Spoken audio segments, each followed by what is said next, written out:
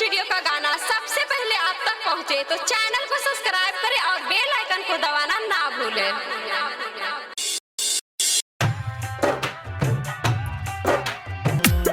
अनाड़ी recording studio तल्लू चौक Sheikhpura. DJ Kanchan Raj Hajipur Vaishali.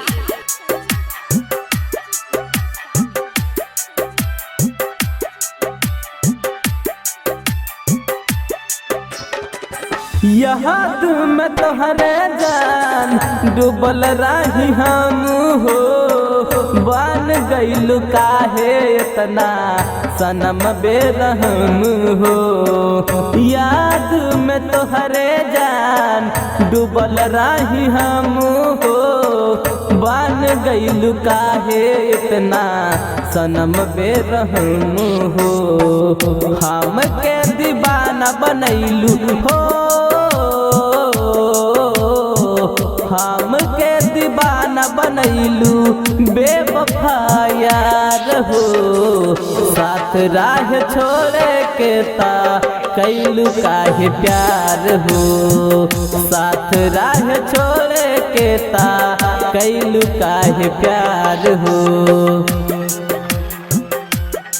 अनाड़ी recording studio तल्लू चौक शेखपुरा।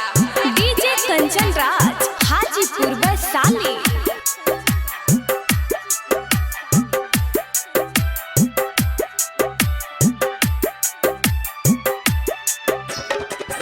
तोह के बसा के रखले राही हम दिल में, कैलू बिरान जान सब एक कपाल में। तोह के बसा के रखले राही हम दिल में, कैलू बिरान जान सब एक कपाल में। नीतीश विवेक के हो,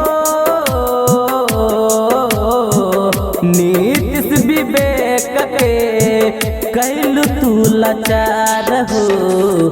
साथ राह छोड़े के ता कैलू काहे प्यार हो, साथ राह छोड़े के ता कैलू काहे प्यार हो। छोड़ के चल जइबू ये जान हम जी नहीं पाइबू, दिलबा के बतिया बोला हम के करा से बताइबू।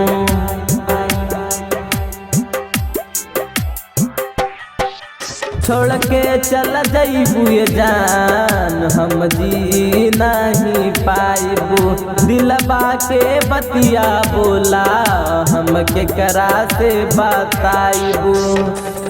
जुदाई न सह पाइबू हो, जुदाई न सह पाइबू जानू हमार हो। साथ राह छोड़े के ता कैलू काहे प्यार हो, साथ राह छोड़े के ता कैलू काहे प्यार हो।